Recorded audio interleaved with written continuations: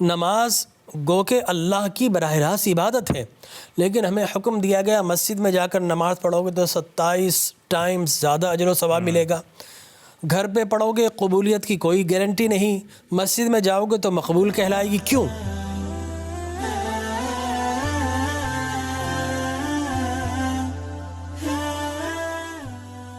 ہر شخص کی یہ خواہش ہے کہ ایک بیلنس لائف اسٹائل گزارے، خاص طور پہ بینگ اے مسلم ہم سب یہ چاہتے ہیں کہ ہمارے دنیاوی معاملات بھی خوش اسلوبی کے ساتھ طے ہوں اور دینی معاملات میں بھی ہم آگے بڑھ کر حصہ لیں۔ ظاہر ہے جنت ہر ایک کا خواب ہے، جنت حاصل کرنا، اور دنیا میں بڑا اچھا بینک بیلنس حاصل کرنا یہ بھی بہت سے لوگوں کا خواب ہے۔ تو کیا یہ پاسبل بھی ہے، ممکن بھی ہے، یا صرف ایک یہ متھ ہے؟ بسم اللہ الرحمن الرحیم، نحمدہ ونصلی ونسلم علی رسولہ الکریم، اما بعد۔ آپ کا سوال بہت اچھا ہے آج کے دور میں، اس لیے کہ انسان ہر چیز کو بیلنس کرنا چاہتا ہے، لاجیکل کرنا چاہتا ہے۔ اب معاملہ یہ ہے کہ جب دین اسلام کی ہم بات کرتے ہیں اور کوئی دین اسلام میں ادخلوا فی السلم کافہ پورا داخل ہو گیا، تو اب اس سے بڑھ کر کوئی بھی نیوٹرل، بیلنسڈ اور معتدل شخص نہیں ہو سکتا۔ بالکل، اس لیے کہ ہمیں کہا گیا امت وسطیٰ، درمیانی امت۔ اب درمیان کیا ہوتا ہے کسی بھی چیز کا؟ وہ اعتدال ہوتا ہے، اعتدال ہوتا ہے، بالکل ٹھیک ہے نا؟ جس طرح آپ نے ترازو کو دیکھا ہوگا، وہ درمیان میں آ جائے، دونوں پلڑے اس کے، اس کا مطلب یہ ہے کہ وہ معتدل ہو گیا۔ لہذا اسلام میں اگر کوئی داخل ہو گیا، اس کا مطلب ہے وہ بیلنسڈ ہو گیا۔ اب جہاں تک میں دیگر مذاہب و ادیان کی بات نہیں کروں گا، لیکن جب اسلام کی بات کرتا ہوں میں، تو اسلام نے مجھے بڑی عجیب و غریب بات بتائی ہے کہ اللہ کے نبی بنیادی طور پر 2 چیزوں کے لیے مبعوث کیے جاتے ہیں، اور وہ 2 چیزیں کیا ہیں؟ ایک کو ہم حقوق اللہ کہتے ہیں، ایک کو ہم حقوق العباد کہتے ہیں۔ لہٰذا آپ نے نماز، روزہ، زکوٰۃ، حج اگر اس کی بات کی ہے تو یہ حقوق اللہ ہیں۔ اور یہ کس طرح بنتے ہیں؟ دیکھیے، اللہ کے نبی 2 تعلیم دینے کے لیے آتے ہیں، لوگوں کو ملانے کے لیے آتے ہیں۔ کس سے؟ مخلوق کو خالق سے ملانے۔ مخلوق کو خالق سے ملایا تو حقوق اللہ بن گئے، ٹھیک۔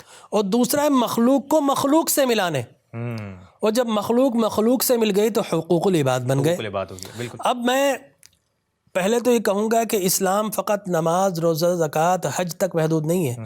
ہر قسم کی آئلی، ازدواجی، سیاسی، سماجی، معاشی، معاشرتی اور اخلاقی اقدار کو، ساری ہیومن ویلیوز کو، پریکٹسز کو جب آپ اسلام کے قالب میں ڈھال دیتے ہیں تو آپ کا چلنا بھی عبادت ہے، آپ کا بیٹھنا عبادت ہے، آپ کا بولنا عبادت ہے، آپ کا سننا عبادت ہے۔ آپ لقمہ جزو بدن بناتے ہیں تو رزق حلال کے ساتھ یہ بھی عبادت ہے۔ آپ کا اٹھنا، آپ کا سونا، بچھونا سب عبادت بن جاتا ہے۔ فقط نماز، روزہ، زکوٰۃ، حج وہ تو پرائیورٹیز ہیں، وہ تو فرض ہیں، وہ تو ایبسلیوٹ ہیں، لیکن اس کے علاوہ اگر آپ اسلام میں داخل ہو گئے تو آپ کا ہر عمل در اصل اسلام بن گیا۔ مثال کے طور پر آپ شادی کرنے جاتے ہیں، حضور اکرم تاجدار کائنات صلی اللہ علیہ وسلم نے فرمایا من تزوج فقد استقبل نصف الایمان، کہ جس نے نکاح کر لیا اس نے اپنا آدھا دین بچا لیا۔ اب نکاح، افزائش نسل، یہ ہیومن نیڈ ہے، یہ انسان کی نیچر ہے، یہ انسان کی فطرت ہے، لیکن اس فطرت کو اگر اسلام کے بائی لاز کے تحت ادا کیا تو اسلام یہ کہتا ہے کہ نکاح کرنا بھی باعث اجر و ثواب ہے، اور اسلام یہ کہتا ہے کہ آپ نے نکاح کر لیا، اپنا آدھا دین بچا لیا، فَلْيَتَّقِ اللَّهَ فِي النِّصْفِ الْبَاقِي، اور اپنے آدھے دین کے لیے اللہ سے ڈرتے رہو۔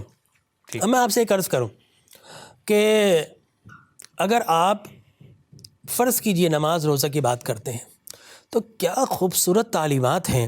نماز گو کہ اللہ کی براہ راست عبادت ہے، لیکن ہمیں حکم دیا گیا مسجد میں جا کر نماز پڑھو گے تو 27 ٹائمز زیادہ اجر و ثواب ملے گا، گھر پہ پڑھو گے قبولیت کی کوئی گارنٹی نہیں، مسجد میں جاؤ گے تو مقبول کہلائے گی۔ کیوں؟